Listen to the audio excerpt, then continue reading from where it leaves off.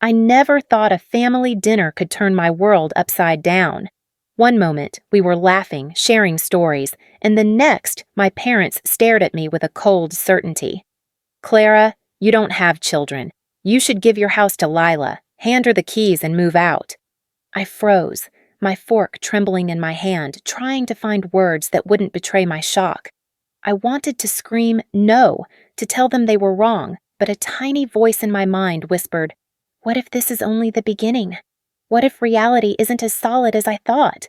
Have you ever felt that kind of betrayal?" The aroma of roasted chicken and garlic filled the dining room, mingling with the soft hum of conversation. I had just taken a sip of my wine when Lila cracked a joke about Dad's obsession with his garden gnomes, and for a brief moment, everything felt normal. Our parents laughed, and for a few seconds, I even felt a flicker of warmth, the kind that made me believe family dinners could still be comforting. But then, I noticed the way Mom's eyes lingered on Lila, a smile that didn't quite reach her eyes, something calculated, deliberate, a weight that made my stomach twist. I blinked, trying to convince myself I was imagining it. We exchanged small talk, discussing work, the weather, trivial things that barely touched the surface of our lives.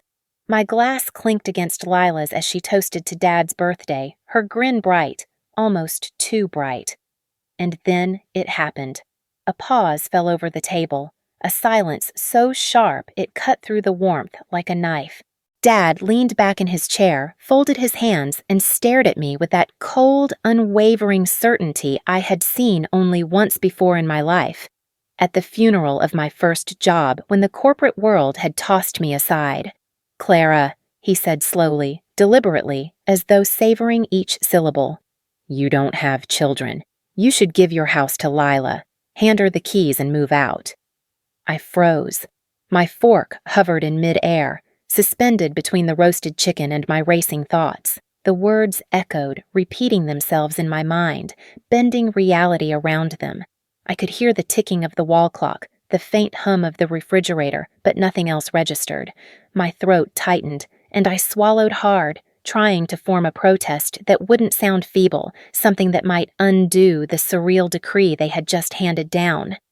I can't," I stammered, my voice barely audible. That's not right. Mom's hand lifted, calm and resolute. "Clara, think about it. You've never had children. Lila deserves this more than you do."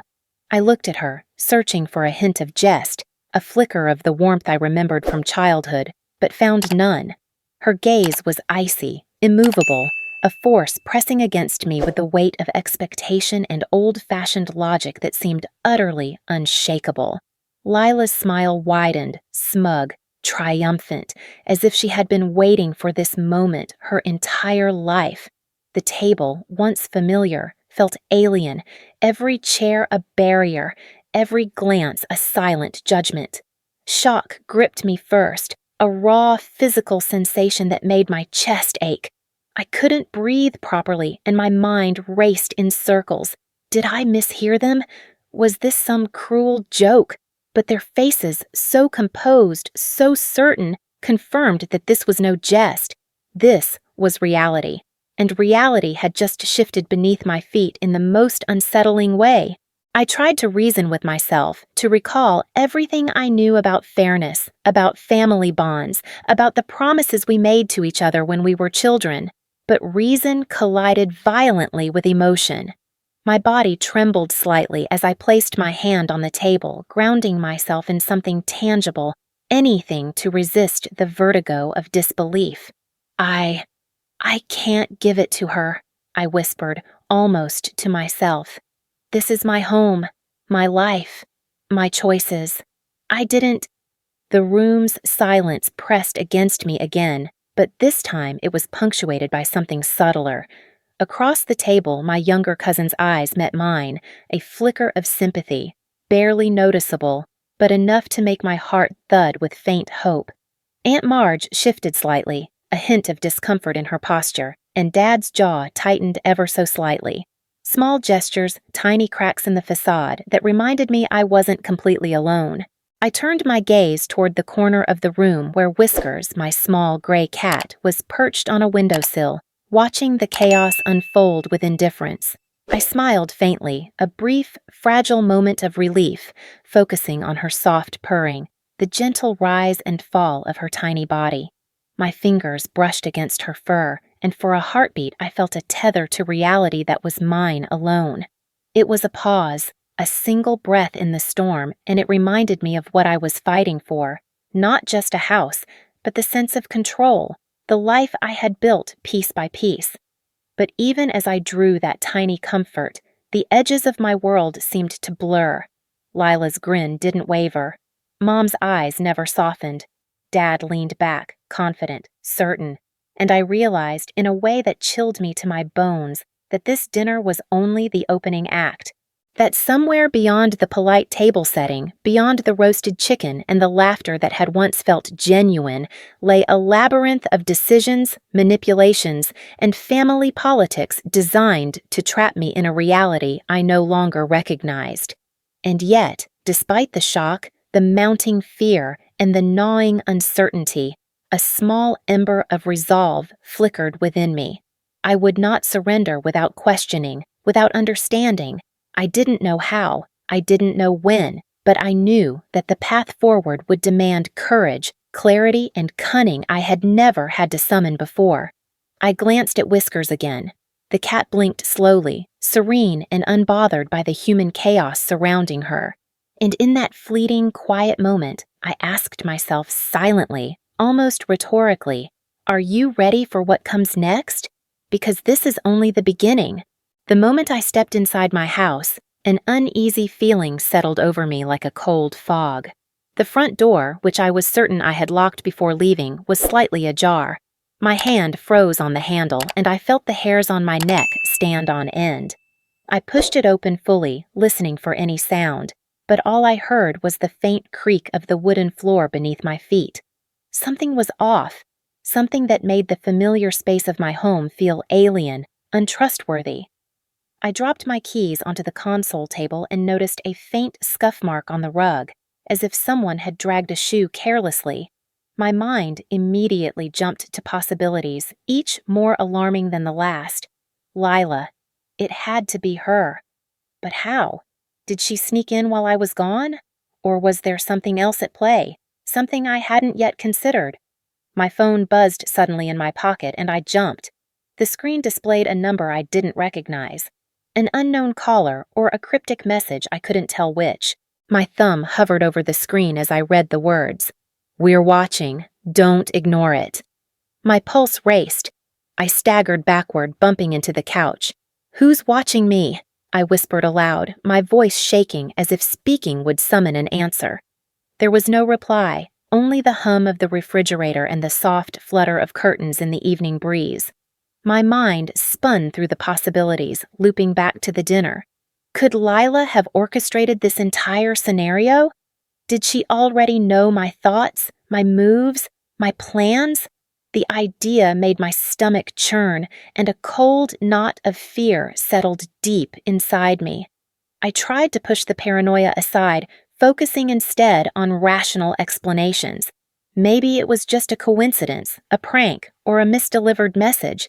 Maybe I was imagining patterns that weren't there. But every step I took, every glance at the slightly open doors, whispered otherwise. Even the familiar scent of my lavender candle seemed tainted, as if it carried the subtle trace of someone else's presence. The sense of safety I had always associated with home was gone. Sitting down on the edge of my bed, I pulled out my laptop. I needed information, context, some grounding in reality. The screen flickered to life, and I opened news sites, scrolling through stories that seemed almost too timely to be coincidences. Articles about inheritance battles, mysterious break-ins in affluent neighborhoods, families torn apart by greed. It all hit too close to home. Each headline, each paragraph amplified the suspense, making my chest tighten and my hands tremble. I couldn't escape the thought that what was happening to me might be part of a larger pattern, that Lila's ambition and cunning could reach further than I had ever imagined. I leaned back in my chair and closed my eyes for a moment, trying to let my mind relax, to focus on something ordinary. Memories of my childhood with Lila drifted in like ghostly echoes. I remembered the nights we had stayed up talking under the stars in our backyard, whispering secrets only sisters could share. I remembered our laughter, our petty fights over who got the window seat, and the rare moments when she would comfort me after a bad day. The contrast between those memories and the present was jarring, painful. I felt a pang of longing for the innocence that had once existed, the bond that had once felt unbreakable. Opening my eyes, I tried to gather my resolve. I needed to understand the signs around me, to decipher the cryptic message in the open door. I walked slowly through the rooms, checking locks, peering into closets, and noting anything unusual. Each sound, the creak of a floorboard, the soft sigh of the wind through the window, kept me on edge. Every shadow seemed to flicker with intent, every reflective surface hinting at eyes that weren't mine. I couldn't shake the feeling that someone, or something, was following me, watching, predicting my moves. By the time I returned to the living room, I had made a mental inventory of everything that seemed out of place. The rug scuff, the slightly ajar door, the strange text, and even the subtle misplacement of objects on the shelves. All signs that either Lila had infiltrated my sanctuary, or that reality itself had begun to warp around me. I felt a surge of frustration, tinged with helplessness, that no matter how much I tried to control my environment, the control was slipping away. I sat on the couch, wrapping my arms around my knees, letting my head rest lightly against them. Whiskers jumped up beside me, curling into a comforting, familiar shape, and I drew a small measure of strength from her quiet presence. For a moment, the fear receded slightly, replaced by a tender nostalgia for simpler times. But I knew it wouldn't last. I couldn't ignore the unknown, couldn't pretend that the warning and the open door were coincidences. The evening stretched on, and I tried to regain composure by jotting notes about every anomaly, every clue, no matter how small. My mind oscillated between panic and planning, dread and determination. I wondered if Lila had anticipated this, if she had meticulously crafted the first phase of a game I had yet to understand. The idea was terrifying, but it also sparked a flicker of resolve. I had to be sharper, faster, more vigilant than ever before. I finally stood, moving to the window to breathe in the cool night air, letting it clear some of the fog from my thoughts. I stared into the darkness outside, where trees swayed silently and shadows shifted unpredictably. The question that had lodged itself firmly in my mind refused to leave. Who was really behind this? Was it just Lila? Or were there forces at play I hadn't yet considered? My pulse quickened as I realized that tonight had only begun, and the uneasy days ahead promised twists I could not yet imagine. For the first time since the dinner, I felt the weight of isolation and vulnerability, tempered by the faintest spark of determination. I would have to navigate a path filled with uncertainty, uncover hidden truths, and confront family secrets I had long ignored. And as I settled back onto the couch, whiskers curling in my lap, I whispered aloud, almost as a challenge, "I won't let this happen. I have to figure it out." It was a fragile promise, but the night had already proven that Clara Whitman could no longer rely on the ordinary. The days ahead would test every ounce of her courage, cunning, and resilience. And somewhere, just beyond the familiar walls of home, the unseen eyes watched patiently, waiting to see what she would do next. I woke to the soft glow of sunlight streaming through a window I didn't recognize. The room looked familiar, yet not. The walls were painted a shade of cream that I had never chosen, and the furniture had shifted, rearranged with a precision that made me shiver. My bedspread, once a deep blue, was now a pale, sterile gray. For a moment, I sat frozen, staring at the ceiling, trying to convince myself I was still asleep, dreaming off the chaos of the previous night. But when I reached down to touch my bedside table, the smooth surface was there, solid, real, yet utterly alien. Clara's mind raced, connecting fragments from last night's dinner, the cryptic messages, the open door, and the unease that had gnawed at her for hours. Something had changed. This wasn't just a prank or an ordinary threat. The air felt heavier, charged, and as I swung my legs over the side of the bed, I noticed the floor, an unfamiliar wood pattern, polished, almost reflective, that reflected my own image back at me like a stranger. I shivered, brushing the hair from my eyes. I tried to rise fully, stepping carefully onto the floor. Every movement was deliberate, as though the house itself were observing me, assessing my reactions. The hallway stretched farther than usual, the doors misaligned from their frames, and faint shadows clung to corners in ways that defied logic. I felt a pang of fear, a visceral sense of displacement. My house, my sanctuary, had transformed into something I couldn't comprehend, something subtly wrong. Driven by instinct, I moved to the closet, hoping for familiarity, for a tangible connection to reality. I opened the door. Nothing. The hangers were empty, the shelves bare, as if someone had erased the evidence of my life. My stomach lurched, and I stepped back sharply, bumping into the wall. "This isn't possible," I whispered to myself, my voice shaky. "How could this happen?" The shock coiled inside me, twisting my thoughts into frantic loops. The sensation was suffocating, a combination of disbelief and panic that made my chest ache. I stumbled toward the bathroom, hoping for something, anything that would confirm I wasn't imagining this. The mirror reflected me perfectly, yet the room beyond it was subtly altered. Tiles patterned differently, cabinets replaced with unfamiliar shapes, and the faint scent of lilac, which I had never used in the house, hung in the air. My reflection stared back, wide-eyed, and I could barely recognize the Clara before me.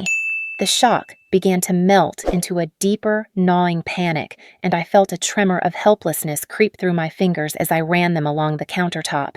I grabbed my phone from the nightstand, desperately dialing my parents' number, then Lila's, then a neighbor I knew. Nothing. No ringing, no voicemail, no signal. The screen displayed only a blank, ghostly glow, mocking my efforts. My pulse quickened, each failed attempt layering dread upon dread. A cold realization settled over me. Part of reality had shifted. Something, or someone, had manipulated the space around me, and I was trapped in a version of my home I could not navigate. I moved through the rooms carefully, eyes scanning for clues, small details like a photograph frame turned face down, the faint scent of Lila's perfume lingering where she had never been, the way the furniture hinted at someone else's tastes, all suggested her presence, even if she was nowhere to be seen. My mind spun with questions. Was this Lila's doing? Had she orchestrated this with careful, unseen precision? Every step I took, every corner I turned, reinforced the unsettling truth. Her fingerprints were all over my altered reality. I paused in the living room, staring at the window that looked out onto my familiar backyard. Yet it wasn't. Trees were taller, angles skewed, and the sunlight fell differently than it ever had before. The surreal shift made my stomach turn. I pressed my hands to the glass, looking for a familiar landmark, a single reassuring sign that this was still my home. There was none. A shadow flickered behind the curtains, but when I turned, nothing was there. I swallowed hard, the realization sinking in that I was entirely alone, facing an environment that obeyed rules I did not understand.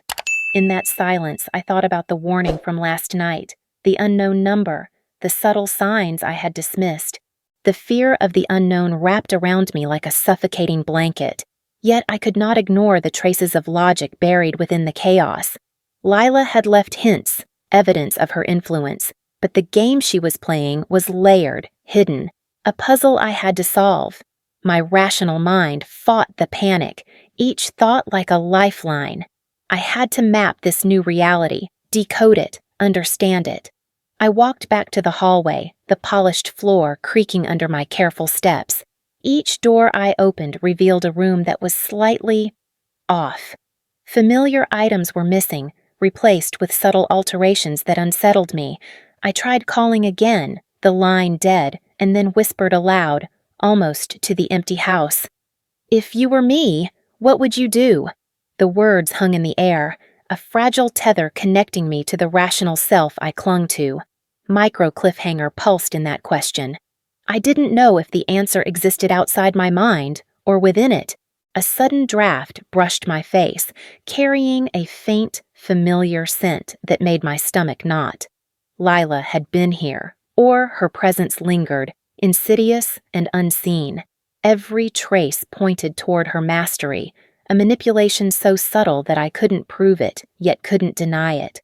The reality around me was not just different, it was hers, and I was forced to navigate its shifting rules, to uncover the patterns she had left behind. I sank to the floor, back against the wall, wrapping my arms around my knees. The feeling of helplessness was tangible, a leaden weight pressing down on my chest. Yet beneath it, a spark of determination flickered. I had survived shock, unease, and betrayal. I could survive this. I would need every ounce of wit, every careful observation, and a courage I wasn't sure I possessed. The house had changed, reality had shifted, but I would not surrender blindly. And in the silence, as sunlight poured over the unfamiliar walls, I whispered to myself, quietly daring the unknown. I will find the truth. I will reclaim what is mine. I spent hours moving through the altered house, eyes scanning every corner, every surface, desperate for a clue that could anchor me back to reality. That's when I noticed the desk in the study, a place I had always avoided in normal life. Something about the arrangement felt different. Drawers slightly ajar, papers stacked in an unusual order. My pulse quickened as I approached, fingers trembling over the handles. The first drawer yielded a stack of old letters, brittle with age, yellowed at the edges, each envelope addressed in my mother's precise handwriting. I opened the first one carefully, unfolding the paper to reveal words I had never wanted to read. Letters to Lila, praising her accomplishments, undermining me subtly, a pattern of favoritism that stretched back decades. My chest tightened as the implications hit me. Every time I thought I was failing or succeeding on my own merits, the game had been rigged, and I hadn't even realized it. The letters documented the invisible strings that had always bound me, a silent orchestration of my life by my parents and Lila. My stomach churned with anger and disbelief. I dug further, finding journals hidden beneath the desk surface, one marked with Lila's initials. I hesitated, knowing that reading it might hurt more than it would help. But curiosity and a growing need to understand propelled me. The pages were filled with meticulous entries of her envy, her strategies to manipulate family dynamics, and candid notes about moments when she had deliberately eclipsed me. Every sentence gnawed at my heart, confirming fears I hadn't dared to voice aloud. Lila had been shaping outcomes, bending reality, or at least our perception of it, in ways I hadn't imagined. Then, a notification pinged on my laptop, startling me. An email. From Lila. Sent today. I froze, staring at the screen. My name appeared in the subject line, innocuous yet pointed. "We need to talk, Clara." I swallowed hard, a mixture of fear and disbelief twisting in my gut. She was everywhere, yet nowhere.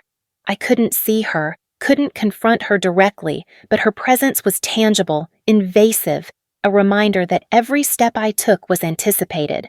My fingers hovered over the keyboard, unsure whether to open it immediately. This was a micro cliffhanger I could not ignore. The email was a lure, and I knew it. Before I could decide, another ping interrupted me. A message from an unfamiliar address. "Clara Whitman, you are not alone. The house is only the beginning. There are truths your family has hidden from you. Proceed carefully." My heart skipped. The words seemed to seep off the screen, a mixture of warning and promise. I didn't recognize the sender, yet there was authority in their tone, and an unspoken knowledge of what had transpired.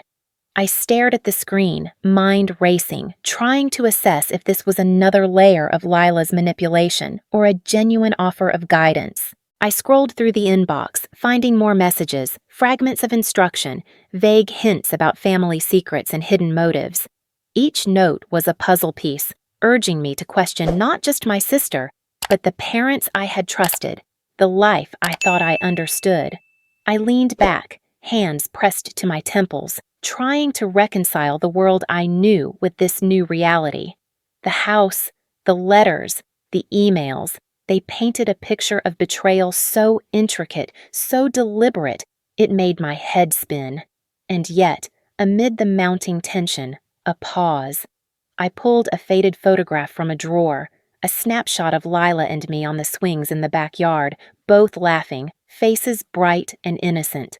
A tiny reminder of simpler times, when jealousy was merely a passing twinge rather than a calculated weapon. I held the photo, tracing the contours of our younger selves, letting the warmth of memory soften the edge of fear. It was a moment of empathy, of grounding, a necessary pause before the next wave of reality slammed against me. The warnings from the unknown sender returned to my mind. The house is only the beginning. I realized this was more than a struggle for ownership. The emails, the letters, the hidden journals, they were guiding me toward a deeper truth. The foundation of my family's relationships had been built on manipulation, favoritism, and hidden resentments. Lila wasn't just taking my house. She was emblematic of decades of control and deceit. And now, I had the chance to confront it.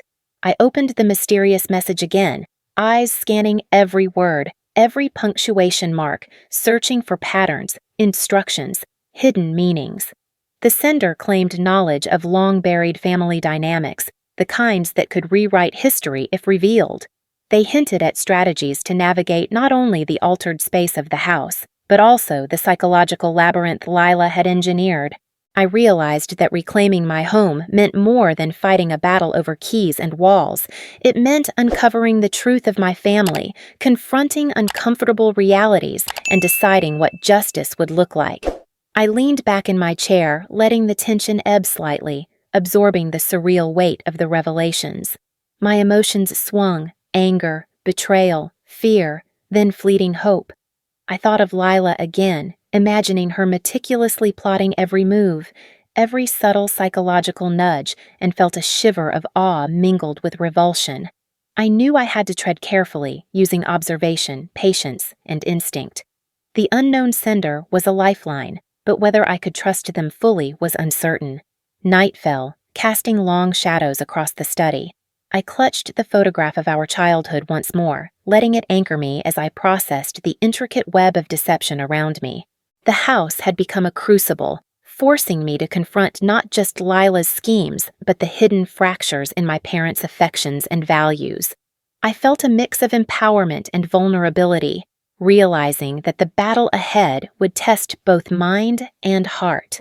As I rose to stretch my cramped muscles, my laptop pinged again. Another email from Lila, this one simpler, yet more menacing. "You can see the truth, Clara, but can you handle it?" I froze, the weight of her omnipresence pressing down on me.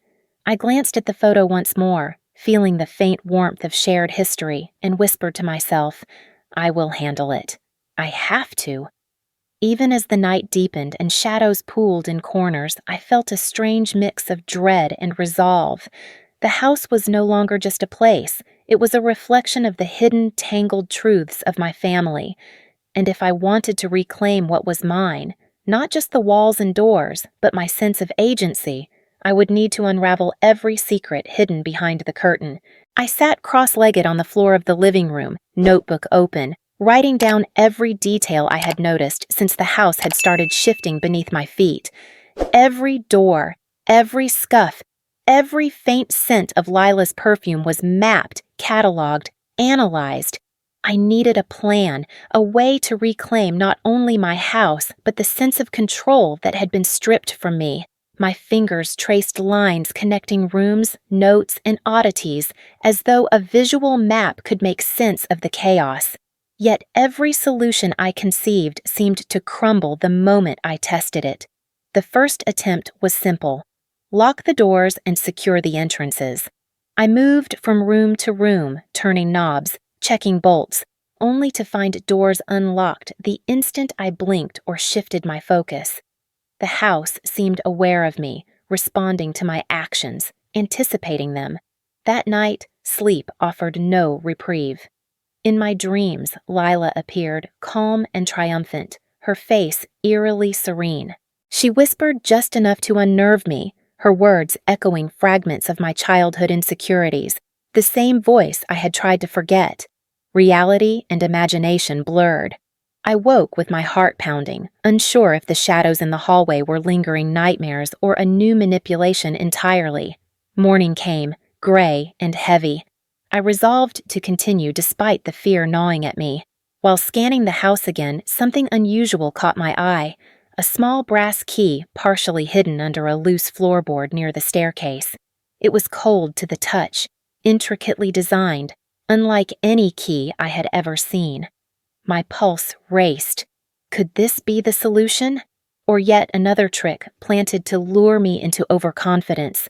I held it tightly, heart hammering, aware that discovering a key was meaningless without knowing which lock it opened. The uncertainty pressed down, a micro cliffhanger I could not ignore. I tested the key in every lock I could find: bedroom doors, the study, the basement, even the front entrance. Nothing yielded. My frustration mounted, a tight, twisting coil in my chest. But amid the growing despair, a glimmer of hope surfaced. I was still looking, still searching, still refusing to surrender. The key represented potential, a hint that a breakthrough was possible, if only I could decipher its purpose. Each failure taught me more about the house, about its hidden cues, and about the deliberate patterns Lila had left in her wake. Days blurred into nights as I continued, my routines consumed by the battle between patience and fear. The house challenged me at every turn, reality bending in subtle ways that reminded me how tenuous my grasp on normalcy had become. And then, at dusk, I confronted the ultimate paradox. The house felt smaller, familiar, yet infinitely larger, filled with invisible corridors that seemed to respond to my thoughts, my intentions. I realized that the struggle was as much mental as it was physical. Lila had not only invaded the space, she had invaded my perception, testing my resolve at every step. Finally, I decided to confront the source of the chaos directly. I called my parents, hoping to engage with reason, to appeal to the part of them that might still value fairness. They appeared in the study, their faces calm, yet shadowed with unease.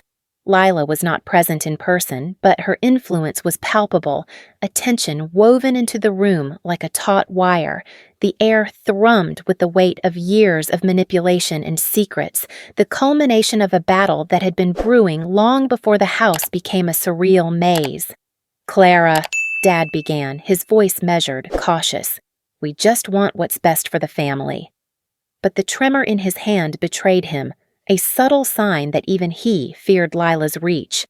Mom nodded, her eyes flicking to a corner of the room as though expecting a shadow to materialize at any moment. For the first time, I realized that part of my parents' strictness, their favoritism, and their insistence on Lila's rights over mine, might not have been certainty. It was fear. Fear of losing control to a sister who had always been relentless, who had always seen the world as something to bend to her will. I took a deep breath, letting the tension ebb slightly, and faced them fully. "I don't care about your fear," I said, voice steady, though my heart raced. "I care about what's right, about fairness, about the truth, and I'm done being a pawn in this game."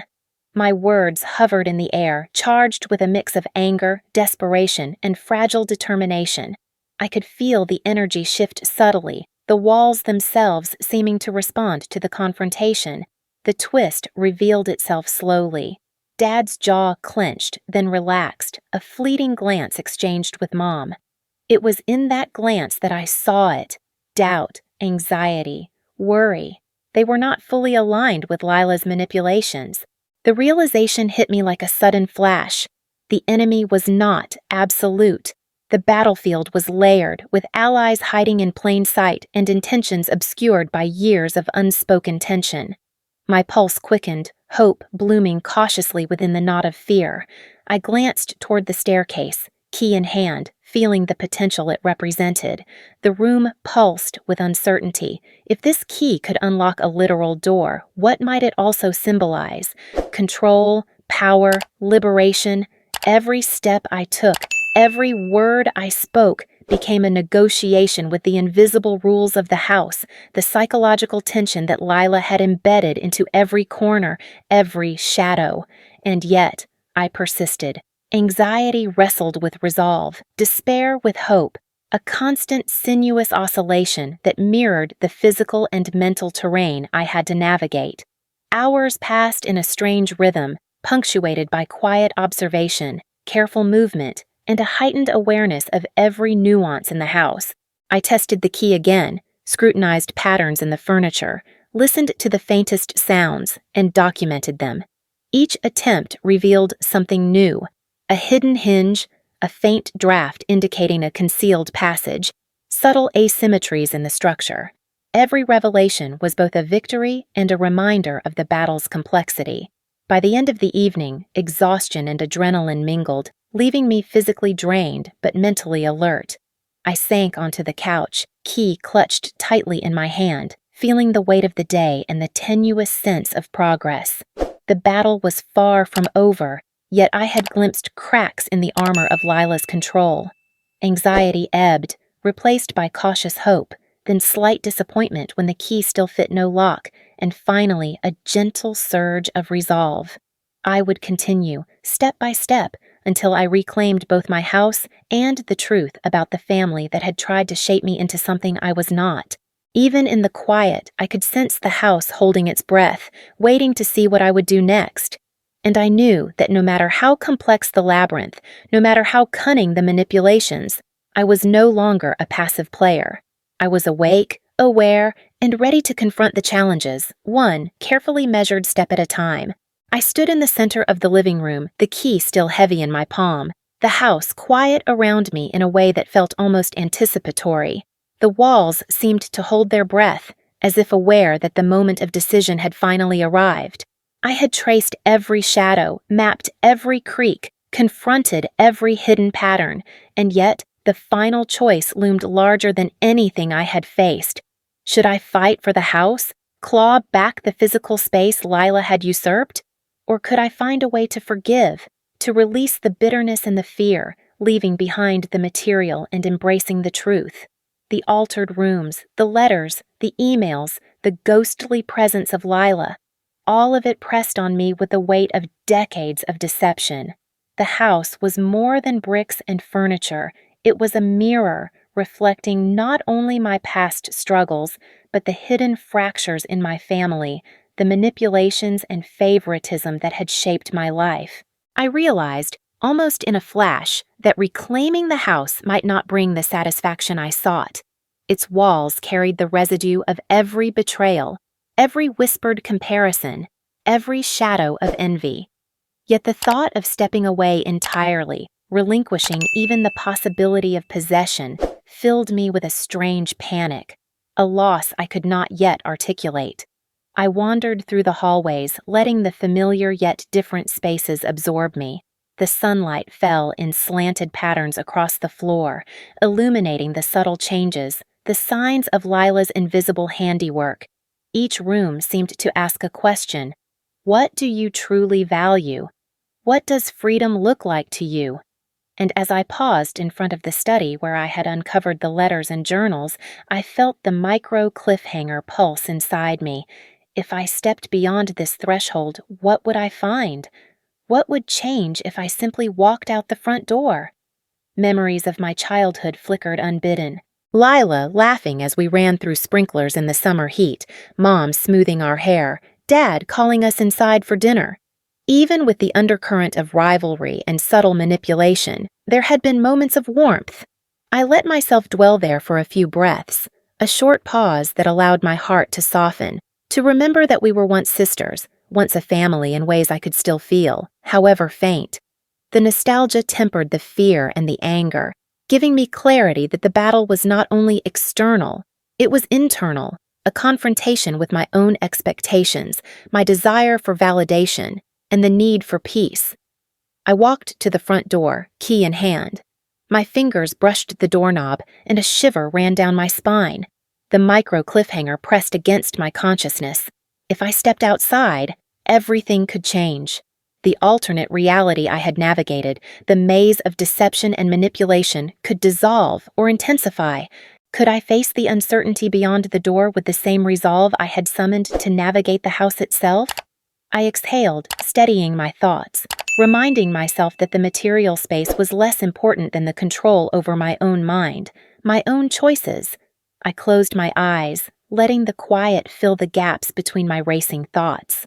The decision crystallized slowly, a sense of empowerment emerging from the haze of fear. I didn't need to reclaim every room or every object to assert my agency. I could choose to leave, to forgive, or to reframe the meaning of the house entirely. Its value was symbolic now, a container of memories, of conflict, of growth, not merely a possession. Lila's victory in the material sense mattered less than the liberation I could find by redefining the stakes. Finally, I turned the key in my hand, not toward any lock, but inward, toward the decision I had made. I would not let the house dictate my worth or my emotional state. I would reclaim myself, my sense of control, and my clarity, regardless of whether the doors opened or remained closed. I stepped toward the front door, hand hovering over the knob, feeling the tension of the unknown, the invisible eyes of the house observing me. "If I step outside," I whispered aloud, almost as a challenge, "everything changes, and I am ready to see what comes next." I opened my eyes to the familiar sunlight spilling across the threshold. The hallways behind me held the echoes of all I had endured, but they no longer held power over me. The letters, the emails, Lila's pervasive influence, they were threads in a tapestry I had finally begun to untangle. My chest lightened, the anxiety giving way to a steady, calm resolve. The house remained, altered or unchanged, but I had claimed the most important space, my own mind, my own agency. I stepped through the door slowly, deliberately, feeling the outside air fill my lungs.